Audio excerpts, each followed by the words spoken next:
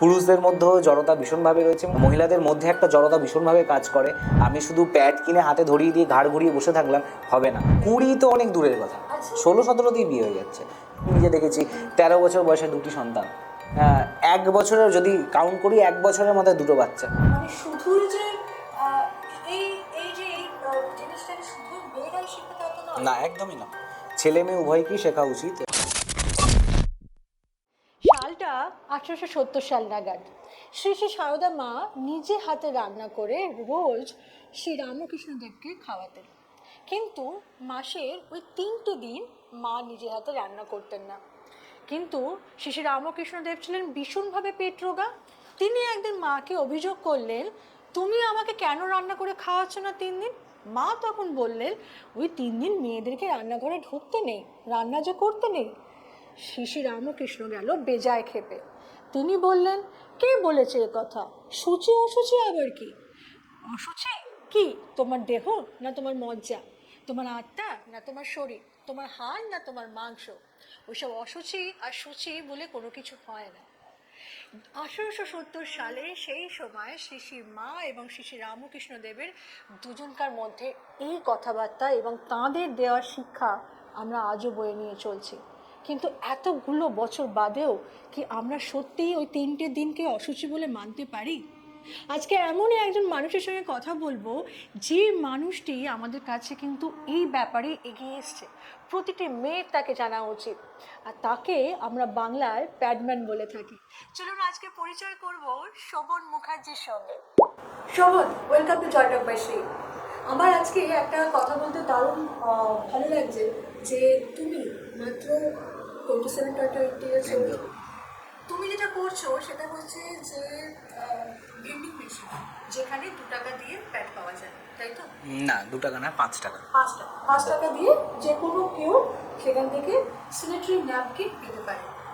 তো এই যে এই উদ্যোগটা তুমি নিয়েছো এবং এই ভেন্ডিং মেশিনগুলো তুমি এখন পে অ্যান্ড ইউজ টয়লেটে বসাচ্ছ এবং বোধহয় কিছু পেট্রোল পাম্পে একদম ভেন্ডিং মেশিনটা লাগিয়েছো। একদম। এই এত অল্প বয়সে তুমি এই এমন একটা সুন্দর উদ্যোগ এত মেয়েদের জন্য কবে থেকে এই জার্নিটা তোমার শুরু হলো? আমার এই জার্নিটা শুরু হয় 2017 থেকে। 2017তে আমার ম্যাগাজিন একজন ফিমেল কলিগ, সে যখন রাস্তা দিয়ে আসছিল, বাসেই ছিল, তো তার হঠাৎ পিরিয়ডস হয় এবং এই জিনিসটা আমাকে কোথাও ভাবতে বাধ্য করে যে তাহলে ও তো শুধু একা মেয়ে নয় যে এই সমস্যায় পড়েছে যে হঠাৎ রাস্তায় পিরিয়ডস হয়ে যাচ্ছে। তো তখন আমি আরও বান্ধবীদের জিজ্ঞেস করি এবং তারা প্রায় সবাই বলে হ্যাঁ, এটা আমাদের এখন কমন একটা প্রবলেম হয়ে দাঁড়িয়েছে।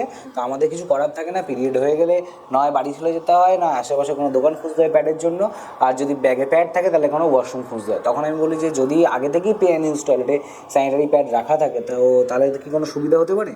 তখন বলেছিল হ্যাঁ, যদি এটা করা যায় খুব ভালো। এবং সেই থেকেই আমার এই কাজের শুরু।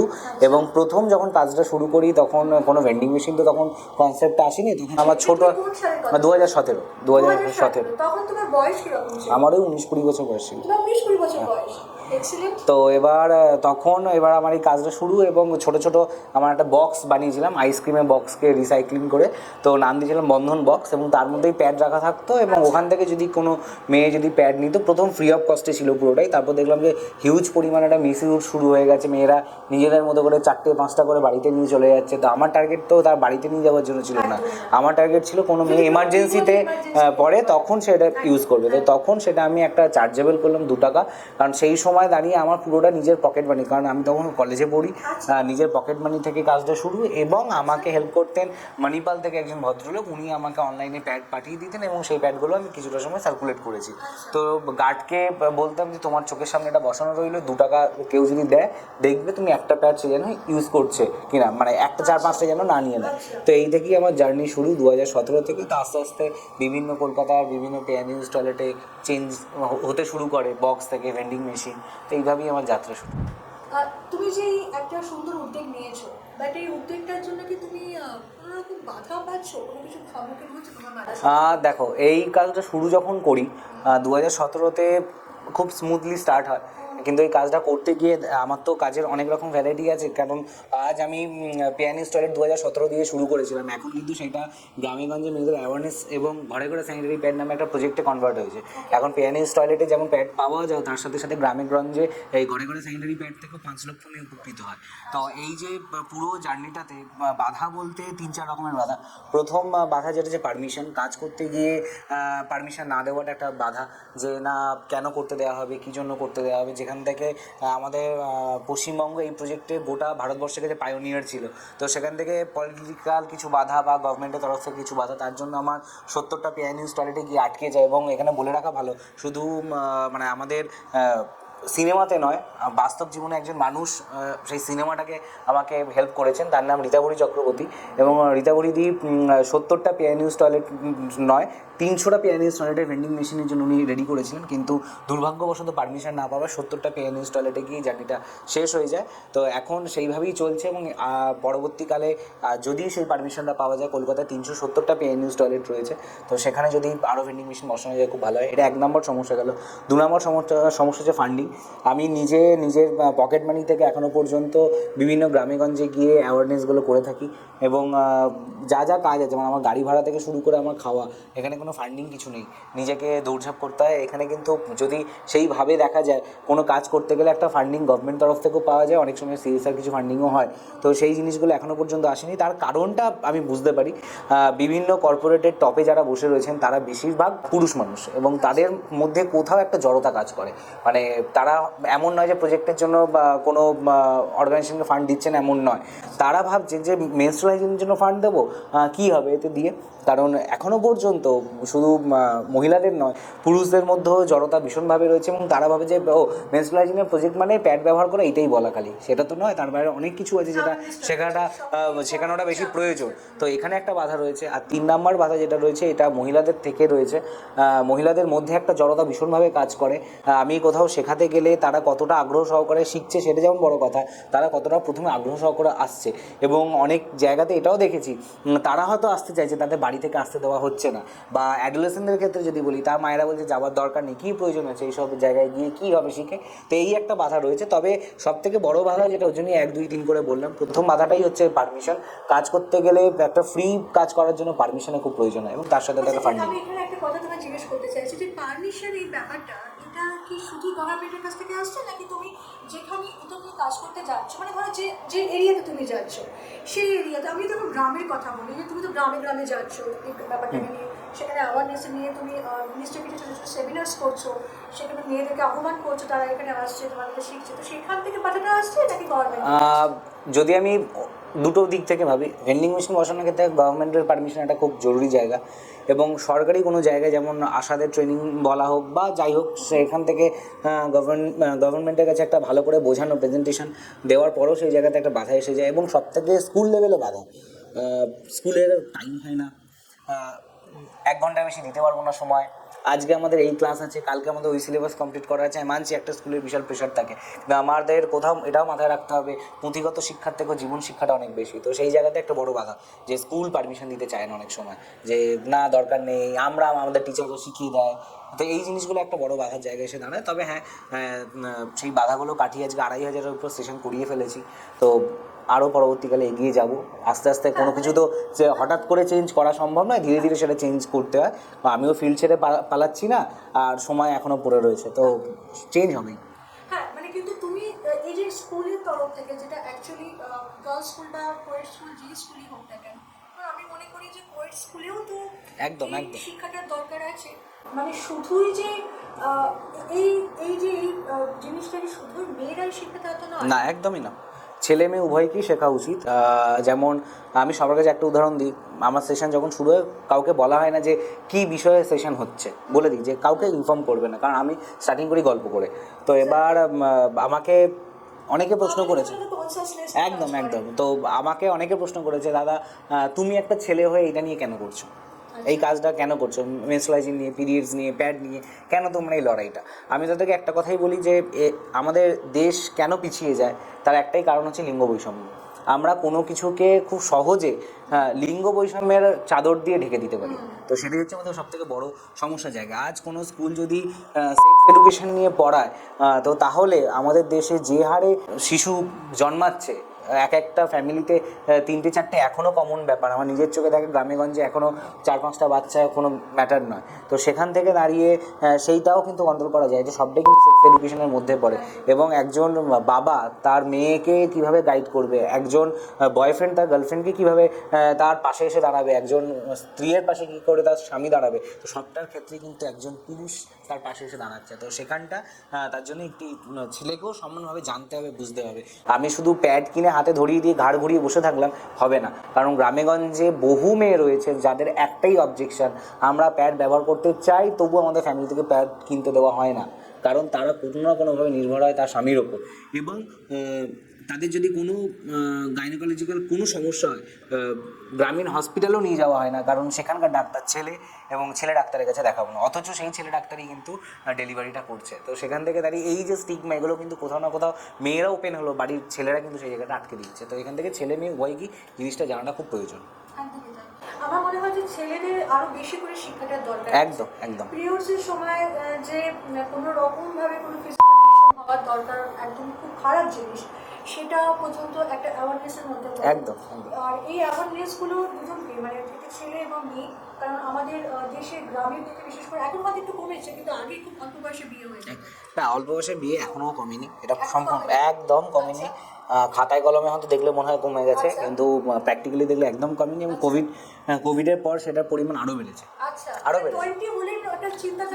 20 তো অনেক দূরের কথা, 16-17তেই বিয়ে হয়ে যাচ্ছে, 16-17তেই বিয়ে হয়ে যাচ্ছে, প্রচুর এরকম আছে।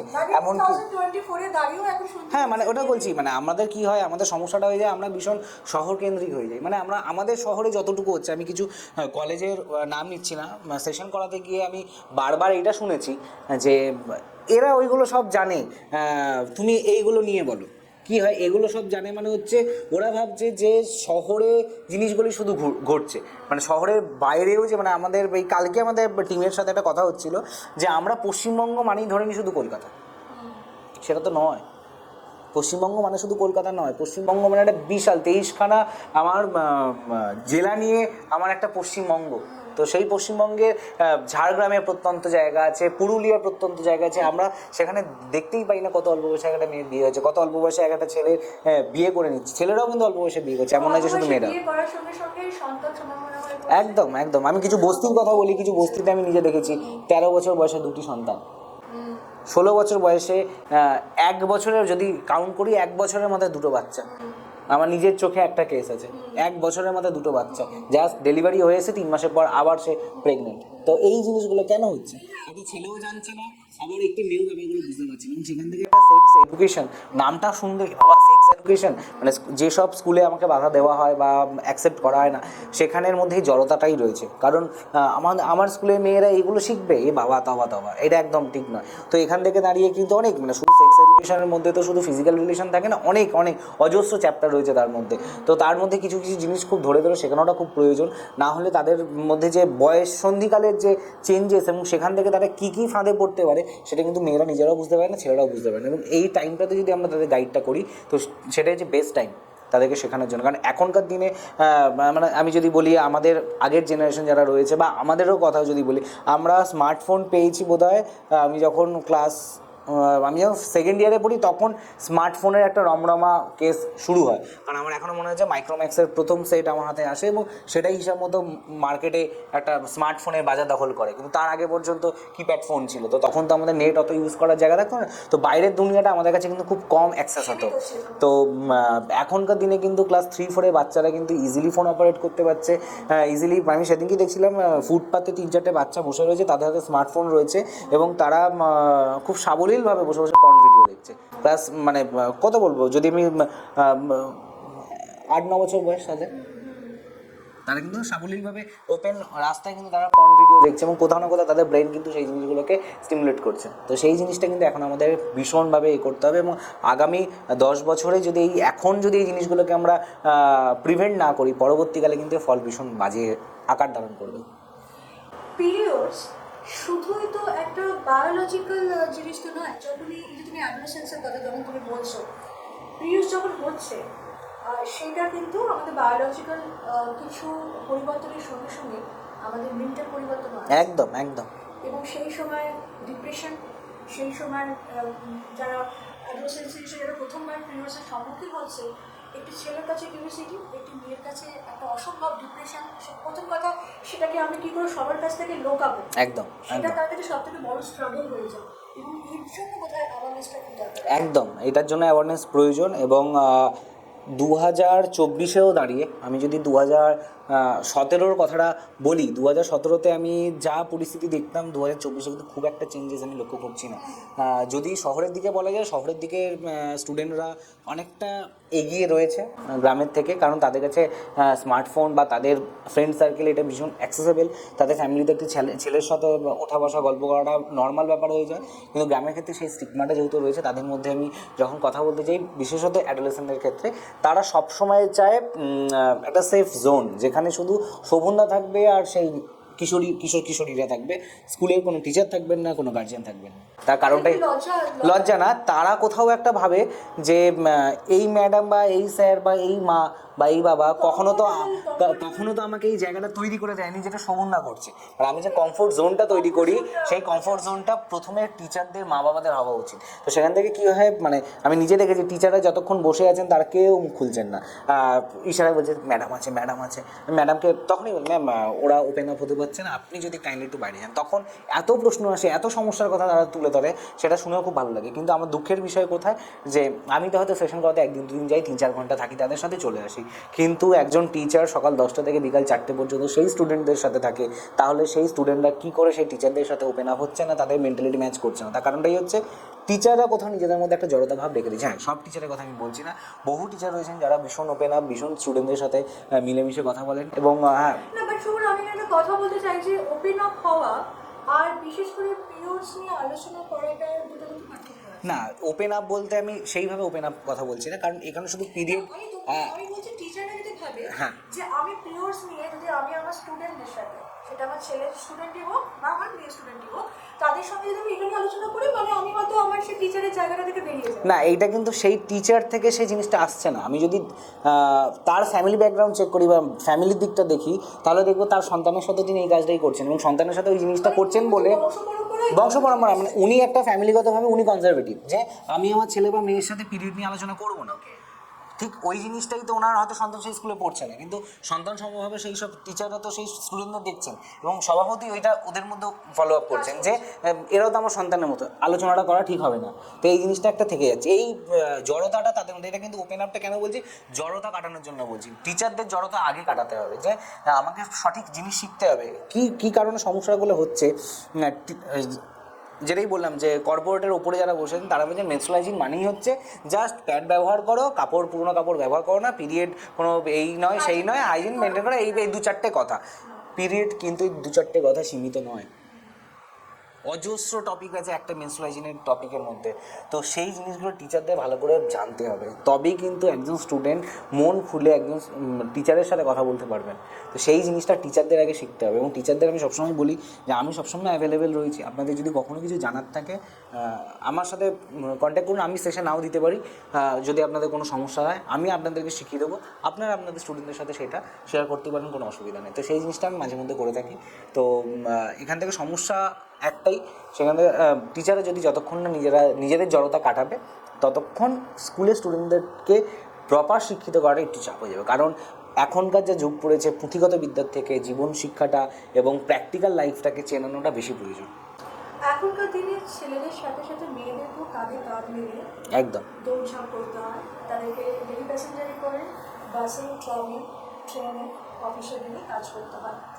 তো যেহেতু তারা একটা শিখে এসছে ছোটোবেলাতে, এখন সেই জিনিসটা তারা ক্যারি করছে, সেই জন্য তাদের ভীষণভাবে সমস্যার সম্মুখীন হতে হচ্ছে। ইভেন আমাদের ইন্ডিয়াতে এখনও এই পিরিয়ডসের সময় যে ক্র্যাম্প হয়, সেখানে কিন্তু মেয়েরা ছুটি চাওয়ার সময় অন্য কিছু বাহানা করে ছুটি চায়। তারা কিন্তু অফিসে বলতে পারে না যে আমার পিরিয়ডস হয়েছে, আমার ক্র্যাম্প হয়েছে, আমি আসতে পারছি না, শরীর খারাপ। কি শরীর খারাপ? তখন শরীর খারাপটা যখন বলতে হচ্ছে, তখন কি বলছে যে আমার জ্বর হয়েছে, আমার পায়ে লেগে গেছে, আমার পেটে খুব ব্যথা করছে, কিছু না কিছু। তার মানে আমরা এখনো অব্দি পিরিয়ডসটাকে নর্মালি নিতে পারছি। মানে আমার খিদে পেলে খাই, আমার ঘুম পেলে ঘুমাই, আমার প্রতি মাসে পিরিয়ডস হয়, এটাও একটা নর্মাল জিনিস, সেটা আমরা বোধহয় একটা নর্মালি নিতে পারছি না। এবং যেটা এই কারণেই বললাম শরীর খারাপটা একদম কোনো মেয়ের হঠাৎ যদি পিরিয়ড যেদিন থেকেই শুরু হোক না কেন, সে 11 বছর 8 বছর 9 বছর যে বয়সই হোক না কেন, যখনই শুরু হয়ে যাচ্ছে তার বাড়ি থেকে এটা বলে দেওয়া হচ্ছে, বাইরে যদি কেউ জিজ্ঞেস করে তাকে বলবে তোমার শরীর খারাপ হয়েছে। তো এটাও শেখানোটা উচিত, এটা মায়েদের শেখানো উচিত, বাবাদের শেখানো উচিত। পিরিয়ড হওয়াটা শরীর ভালো থাকার লক্ষণ, পিরিয়ড না হওয়াটা শরীর খারাপের লক্ষণ। তো এটাই সাধারণ জিনিস, এবং এটা যারা দর্শকরা শুনছেন তাদেরকে একটা কথাই বলবো, এটা জেনে নিন এবং বাড়ির যারা মেয়েরা রয়েছে তাদের সাথে এটা নিয়ে আলোচনা করুন। একটাই যে পিরিয়ড হওয়াটা শরীর সুস্থতার লক্ষণ, পিরিয়ড না হওয়াটা কিন্তু অসুস্থতার লক্ষণ। আচ্ছা, তুমি তো শহর এবং গ্রাম দুটো জায়গাতে অ্যাওয়ারনেসের প্রোগ্রাম করছো, তোমার কি মনে হয় গ্রামে বেশি বাধা পাচ্ছ শহরের থেকে? না, একদমই উল্টো চিত্র, একদম উল্টো চিত্র। কারণ শহরের যে সকল বস্তি অঞ্চল রয়েছে সেখানে লজ্জার পরিমাণ আরও বেশি, সেখানে বাধার পরিমাণ আরও বেশি। তুলনামূলকভাবে গ্রামে যদি আমি যাই, গ্রামের অ্যাডোলেসেন্টদের মধ্যে একটা জড়তা থাকে, সেটা একটা সার্টেন টাইমের পর কেটে যায়, কিন্তু গ্রামের মহিলাদের মধ্যে সেই জড়তা কিন্তু খুব তাড়াতাড়ি কেটে যায়। এবং তারা নিজেরা, মানে আজ আমার ঘরে ঘরে স্যানিটারি প্যাড যে প্রকল্পটা যে কারণে সূত্রপাত, সেটা কিন্তু গ্রাম। কারণ আমি বহু জায়গায় গ্রামে যখন সেশন দিতে গেছি, একটা প্রশ্ন মেয়েরাই করেছে, দাদা প্যাড আমরা ব্যবহার করতে যাই, এত দাম দিয়ে প্যাড কিনতে পারবো না, তো যদি তুমি কিছু ব্যবস্থা করতে পারো। তো সেটা কিন্তু তারাই কিন্তু আমার মাথায় ঢুকিয়েছে যে প্যাড ব্যবহার করতে বলা হচ্ছে, কিন্তু প্যাড অত দাম দিয়ে কেনা আমাদের পক্ষে সম্ভব নয়। শহরের মেয়েরা বা শহরের মহিলারা বুঝছেন, শিখছেন, ঠিক আছে, কিন্তু একটা সার্টেন টাইমের পর না ওনারা সব ভুলে যান, এবং এটাই হচ্ছে আমার দুঃখের বিষয়। আজ আমি যে সেশনটা করিয়ে দিয়ে আসছি 1-1.5 মাস পর্যন্ত গিয়ে যদি আমি রিচেক করি, অ্যান্সার দিয়ে দিতে পারবে কী হচ্ছে 2-3 মাস 4 মাস 5 মাস পর না তারা সবটাই ভুলে যাচ্ছে। কারণ তাদের যখন ওই জায়গায় এসে বসছেন, আমি দোষও দিচ্ছি না, কারণ শহুরে মহিলারা একটু গ্রামের মহিলাদের থেকে একটু বেশি ব্যস্ত। কারণ আমি যে সেগমেন্টের কথা বলছি সেখানে হয়তো প্রচুর মানুষ সকালবেলা বাড়ি থেকে বেরোচ্ছেন, সন্ধ্যেবেলা বাড়িতে ঢুকছেন, মহিলারা অনেক রকম কাজের সাথে যুক্ত রয়েছেন, তাদের মেন প্রায়োরিটি হচ্ছে উপার্জন করা। এবং তার জন্য যখন সেখানে বসছেন, কিছুটা শোনার পর তার মাথায় চলছে আজ আমাকে এইটা করলে ভালো হতো, কাল ওটা করলে ভালো হতো, বাড়িতে গিয়ে এইটা করে আবার রান্না করতে হবে, ছেলেকে পড়াতে দিতে হবে, এই একটা continue back of the mind চলতে থাকে। কিন্তু গ্রামের দিকে মোটামুটি দেখা যায় দুপুরের পর থেকে মহিলারা অনেকাংশে ফ্রি থাকেন, কারণ ফ্রি থাকেন, তো সেখান থেকে তারা কিন্তু জিনিসটাকে নিয়ে একটু চর্চা করেন। এবং তাদের যেহেতু ব্যস্ততা শহুরে মানুষদের থেকে কম, তারা কিন্তু নিজেরা বসে একটা টিম তৈরি করেন, তারা নিজেদের মধ্যে একটা আলোচনা করেন। তো সেখান থেকে এই আলোচনাটা যতক্ষণ নিজেদের মধ্যে চলতে থাকে ততক্ষণ জিনিসগুলো বেশি মনে থাকে। তো সেটা হচ্ছে একটা সবথেকে বড় সুবিধা। তো তার জন্য একটা কথাই বলবো যে শহুরে মহিলারা একটু জড়তার মধ্যে রয়েছেন, কিন্তু তুলনামূলকভাবে যেটা বলি আমরা গ্রামের মহিলারা বেশি জড়তায় থাকে, সেটা একদমই ভুল। গ্রামের মহিলারা ভীষণ মিলেমিশে কথা বলেন, এবং যদি বুঝতে পারেন যে এই ব্যক্তিটাকে বললে কিছু সমস্যার সমাধান হতে পারে, তারা কিন্তু গড়গড় করে বলতে থাকে। প্যাডম্যান, এই উপাধিটা অ্যাকচুয়ালি প্যাডম্যান নামে একটা মুভি হয়েছে, একদম একদম অক্ষয় কুমার সেই মুভির হিরো ছিল, বেশ হিট করেছিল, বেশ, কিন্তু একই রকমভাবে যেটা তুমি বলছো সেরকমভাবে হয়তো সবাই সেটাকে বোধহয় অ্যাকসেপ্ট করতে পারেনি প্যাডম্যানকে। তোমাকে এই প্যাডম্যান উপাধিটা কে দিল? আমাকে এই প্যাডম্যান উপাধিটা দিয়েছেন স্বয়ং অক্ষয় কুমার দিয়েছেন, এবং উনি নিজে ফোন করেছিলেন এবং প্যাডম্যান অফ বেঙ্গলের উপাধি দিয়েছিলেন, এবং প্যাড হিরোজের একটা অ্যাওয়ার্ড দেওয়ার জন্য উনি নিজে ইনভাইট করেছিলেন। দুর্ভাগ্যবশত যেদিন প্রোগ্রামটা ছিল সেদিন আমার একটা ফাইনাল এক্সাম ছিল, তার জন্য মিস করেছি, যেতে পারিনি। এটা আমার একটা দুর্ভাগ্য, কিন্তু ঠিক আছে, কাজ আমার চলতে থাকবে, ইন ফিউচার যদি সুযোগ হয় দেখা হবে। এবং একদম এবং আমার এই টোটাল জার্নিতে যদি আমি স্টার বলি, সেই স্টার বলতে 3 জন স্টারের কাছ থেকে খুব হেল্প পেয়েছি। একজন হচ্ছেন প্রথম যার নাম, তিনি হচ্ছেন মীর আফসার আলী, ভীষণভাবে আমাকে সাপোর্ট করেছেন। অক্ষয় কুমার এবং রীতাভরি চক্রবর্তী, এই 3 জন মানুষ যাদেরকে আমরা স্টার বলি, তারা কিন্তু নিজেদের স্টারের ওই জায়গা থেকে এসে আমার পাশে এসে দাঁড়িয়েছেন, এবং সেই জায়গা থেকে কিন্তু সেই হেল্পগুলো কন্টিনিউ ওনারা করে গেছেন, যে এই যে লড়াইটা করছে এই লড়াইটা সাপোর্ট করাটা খুব ইম্পর্টেন্ট। তুমি যে 3টে নাম নিলে, মীর আলী, অক্ষয় কুমার অ্যান্ড রীতাভরি চক্রবর্তী, রাইট? একদম। তো এই 3 জনের মধ্যে 2 জনই হচ্ছে পুরুষ। তো তুমি যে উদ্যোগটা নিয়েছো, যে কাজটা তুমি করছো, সেখানে পুরুষরা তোমাকে কিভাবে সমর্থন করে? প্রচুর পুরুষ রয়েছেন, সমর্থন করছেন, এবং আমার টিমের অর্ধেক টিম মেম্বার পুরুষ, মহিলা সংখ্যা কম। সমর্থনটা না ঠিক ওরকমভাবে আসে না। আমি তোমায় সমর্থন করছি, এটা ঠিক ভোট প্রচারের মতো যে আমি তোমায় ভোট দিচ্ছি, তেমন নয়। একজন পুরুষকে বুঝতে হবে যে এই কাজটা কী, এবং তার বাড়িতেও মা রয়েছে, তার বাড়িতেও বোন রয়েছে, তার বাড়িতেও সেও কোনো রিলেশনে রয়েছে, নয় তার বাড়িতে ওয়াইফ রয়েছে, তারপর যে সে কোনো রিলেশনে রয়েছে না, একদম একদম একদম। তো তাদেরকে না কোনো না কোনোভাবে সেই একটা মহিলা পরিবেশের মধ্যে থাকতে হয়। এবং একজন পুরুষ যদি সেলফ রিয়েলাইজেশন না করতে পারে যে কেন এই জিনিসটা শেখাটা প্রয়োজন, ততক্ষণ না উনি আমাকে সমর্থন করবেন না। যে উনি নিজে সেলফ রিয়েলাইজ করছেন যে এটা শিখবো কেন বা জানবো কেন, কী জন্য আমার বোঝা উচিত। যদি তিনি এই জিনিসটা রিয়েলাইজ করতে পারেন, সেদিন থেকে কিন্তু সমর্থনটা অনায়াসে এসে যাবে। এমন নয় যে আমি তোমার সমর্থন করছি, আমার সমর্থন ওরকম নয় যে 3 নাম্বার বা 2 নাম্বার বা 1 নাম্বার বোতামে গিয়ে ইভিএম মেশিনে ভোটটা দিয়ে দেবেন। আমার সমর্থনটা হচ্ছে আপনি জানুন, বুঝুন, শিখুন এবং আপনার আশেপাশে যে মানুষ রয়েছে তাদেরকে হেল্প করুন। এটাই হচ্ছে আমার সমর্থন। এবং বহু পুরুষ এই কাজের সাথে যুক্ত। এবং যেটা বলছিলাম, মণিপাল থেকে যিনি আমাকে প্রথম হেল্প করেন, তিনিও একজন পুরুষ। কেন প্রচুর মানে আমরা বলি যে হ্যাঁ পুরুষেরা অনেকটা পর্দার আড়ালে থাকে, এ করে, কিছু সময় এটাও মনে হয় পুরুষদের পর্দার আড়ালে রেখে দেওয়া হয়। কিউরিসিটি জাগলেও তাদেরকে বলা হয় না, তাই জানবে কোথা থেকে। এখন নয় ফোন আছে জেনে নিচ্ছে, একটা সময় যখন থেকে মানে কিউরিসিটির বা এই পর্দার আড়াল, এটা তো আর আজকের দিনের না, বহু পুরনো যুগের কনসেপ্ট। তাদের কাছে তো তখন ফোন ছিল না, কিছু ছিল না। একজন মহিলা যে কী হয়েছে, শরীর খারাপ হয়েছে, ব্যাস ওখানেই শেষ। কেন হয়েছে, কী হয়েছে, শরীর খারাপ হয়েছে মানে একটি ছেলে বুঝে গেল মানে মাসিক হয়েছে, তাহলে আর বেশি কিছু আলোচনা করা যাবে না। তাহলে তখন ওই সোশ্যাল স্টিগমাগুলো সেখানে ইমপ্ল্যান্ট হয়ে গেল। তো সে তো আর নিজে জানতে পারলো না। এখন তো অনেক রকম স্কোপ রয়েছে। তো সেই জায়গাটা কিন্তু একটা সময় ছিল না, এখন আছে। বহু মানুষ সেই জায়গা থেকে নিজেদের সেলফ রিয়েলাইজেশন থেকে কিন্তু শিখছে। এবং সেখান থেকে কখনোই বলবো না যে পুরুষের এগিয়ে আসছেন না। প্রচুর পুরুষ মানুষ আছেন যারা কিন্তু এটা নিয়ে কাজ করছেন এবং নিজে বুঝছেন, শিখছেন এবং তার আশেপাশে মহিলা পুরুষ সবাইকে কিন্তু শেখাচ্ছেন। মানে আমি সবার কথা তো বলতে পারি না, হাতের 5টা আঙুল যেমন সমান নন। কেউ সেলফ রিয়েলাইজেশন থেকে শিখছেন, কেউ শিখছেন না, শিখতে চাইছেন না। কিন্তু আমার মনে হয় যে কোথাও না কোথাও এই পুরুষও তো কোনো একটা বাড়ি থেকে বিলং করছে, কোনো ফ্যামিলি থেকে বিলং করছে। তারও নিশ্চয়ই মা হয়তো ছোটোবেলায় সেরকমভাবে তাকে গাইড করেনি, বা তার মাও হয়তো তার সঙ্গে ওপেন আপ হয়ে কথা বলেনি, যেটা কথা বলা উচিত। একদম মানে এই কাজটার জন্য আমি আমার ফ্যামিলিকে ভীষণভাবে সাপোর্ট পেয়েছি, ফ্যামিলির থেকে ভীষণ সাপোর্ট পেয়েছি, তাই জন্য স্যালুট করি। এবং আমার মা প্রথম আমার যোদ্ধা, মানে সহযোদ্ধা, যে সমস্ত কিছু প্রায় হাতে ধরে শিখিয়েছেন। আমার বাবা কোনো দিন বলেননি যে না তুমি এইসব কাজ করো না, তুমি পড়াশোনা করছো না, মানায় না, তুমি পড়াশোনা করছো, তোমাকে চাকরি বাকরি করতে হবে, সরকারি চাকরি করতে হবে, না হলে সমাজে টিকে থাকা যাবে, কোনো দিন বলেননি। এবং আমার মা 2021 সালে মারা যান। এবং মা যাওয়ার সময় মায়ের হার্ট অ্যাটাক হয়েছিল, এবং যাওয়ার সময় একটা কথাই বলে গেছিলেন মা, বাবু তুই যে লড়াইটা শুরু করেছিলিস সেটা তোর স্বপ্ন, এবং তোর স্বপ্নকে বাঁচিয়ে রাখার দায়িত্ব তোর, কারণ তোর স্বপ্নের দাম সবাই দেবে না। তো অর্থাৎ নিজের লড়াই নিজেকে লড়তে হবে। মা চলে যাচ্ছেন, মা কন্টিনিউ কথাটা বলে যাচ্ছেন। এবং আমি ভীষণ লাকি, আমার যিনি ওয়াইফ আছেন তিনি সম্পূর্ণভাবে এই কাজটার সাথে সমর্থন করেন।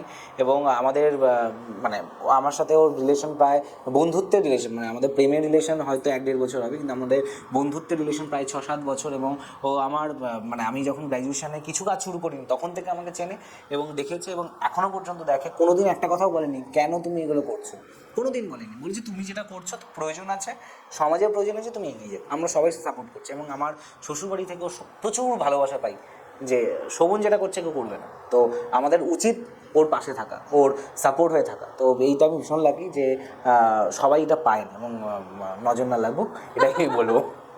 Excellent Shobhan, excellent. তোমার বাবা মাকে আমার কুর্নিশ, তোমার স্ত্রীকে আমার অনেক অনেক ভালোবাসা। যে সকল মানুষরা তোমার পাশে আছে তাদেরকে সত্যি অনেক অনেক প্রণাম যে আমরা সবাই শোভনকে এতটা মোটিভেটেড করেন, এতটা এগিয়ে নিয়ে যাচ্ছেন, এবং শোভন যেটা করছে সেটার জন্য আপনারা তার পাশে সবসময় থাকুন, এবং আমরা আছি। আর শোভন তুমি তো অনেক কিছু তোমার এই কাজটার জন্য তোমাকে অনেক কিছু অ্যাওয়ার্ডে তুমি পেয়েছো। একদম একদম। আমি 2018 সালে জি24 ঘন্টা অনন্য সম্মান পাই, দিল্লি ইউনিভার্সিটি থেকে সম্মাননা পাই, আমাকে ইউনেস্কো থেকে রিকগনাইজ করে যে এরকম একটা কাজ করছি বলে। তো আরও অনেক আছে, মনে থাকে না। এটা শোভনের বরাবর। শোভন যদিও অ্যাপার্ট ফ্রম দিস থিংস আরও অনেক কিছু ব্যাপার নিয়ে কাজ করে। আর আমরা শোভনের মেল আইডি অবশ্যই মেনশন করে দেবো। আপনারা শোভনের সঙ্গে যোগাযোগ করতে চাইছেন, আপনারা যারা চাইছেন যে আপনাদের যে এরিয়া আছে সেখানে গিয়ে শোভন কোনো সেমিনার্স করুন বা কোনো কিছু আপনারা অ্যারেঞ্জ করছেন, অবশ্যই শোভনের সঙ্গে আপনারা যোগাযোগ করতে পারেন রিগার্ডিং দিস। শোভন, তোমার কাছে আমার শেষ প্রশ্ন, তুমি আমার ভিউয়ার্সদেরকে যারা তোমার আমার এই পডকাস্ট দেখছে তাদেরকে তুমি কী বলবে? একটা কথাই বলবো, যে সেক্টরই থাকুন না কেন, সমাজের জন্য একটু ভাবুন। কারণ সমাজের জন্য ভাবাটা এটা কোনো দায়িত্ব নয়, এটা আমাদের কর্তব্যের মধ্যে পড়ে। এবং সমাজ আপনাদেরকে অনেক কিছু দিয়েছে এবং কিছু সময় আপনাদেরও প্রয়োজন সমাজকে কিছু ফিরিয়ে দেবো। এবং মেনস্ট্রুয়াল হাইজিন নিয়ে সবসময় ওই পর্দাটা তৈরি করবেন না, পর্দাটা ভেদ করে এগিয়ে যান, দেখবেন এমন অনেক অজানা জিনিস আছে যেগুলো জানালে আপনার পাশের বাড়ি কোনো মহিলা বা কোনো কিশোরী হয়তো কোনো বড় বিপদের হাত থেকে রক্ষা পাচ্ছে।